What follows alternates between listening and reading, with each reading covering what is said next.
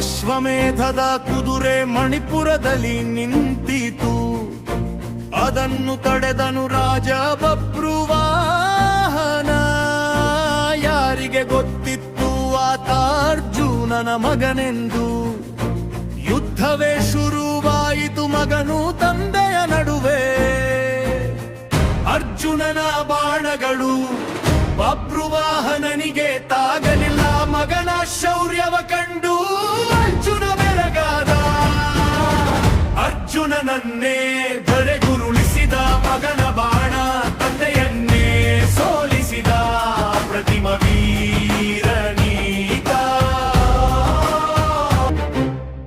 ಅರ್ಜುನ ಮೃತಪಟ್ಟಾಗ ಮಣಿಪುರದ ಜನರೆಲ್ಲ ಕಂಗಾಲಾದರು. ಅಳುತ್ತಿದ್ದಾಗ ನಾಗಕನ್ಯೆ ಉಲುಪಿ ಬಂದಳು. ದೈವಿಕ ಮಣಿಯೊಂದನು ತಂದು ಅರ್ಜುನನಿಗೆ ಇಟ್ಟಳು. ಸತ್ತ ಅರ್ಜುನನು ಮತ್ತೆ ಜೀವ ಪಡೆದನು. ಯುದ್ಧದ ಮರೆವಿನಲ್ಲಿ ಮಗನ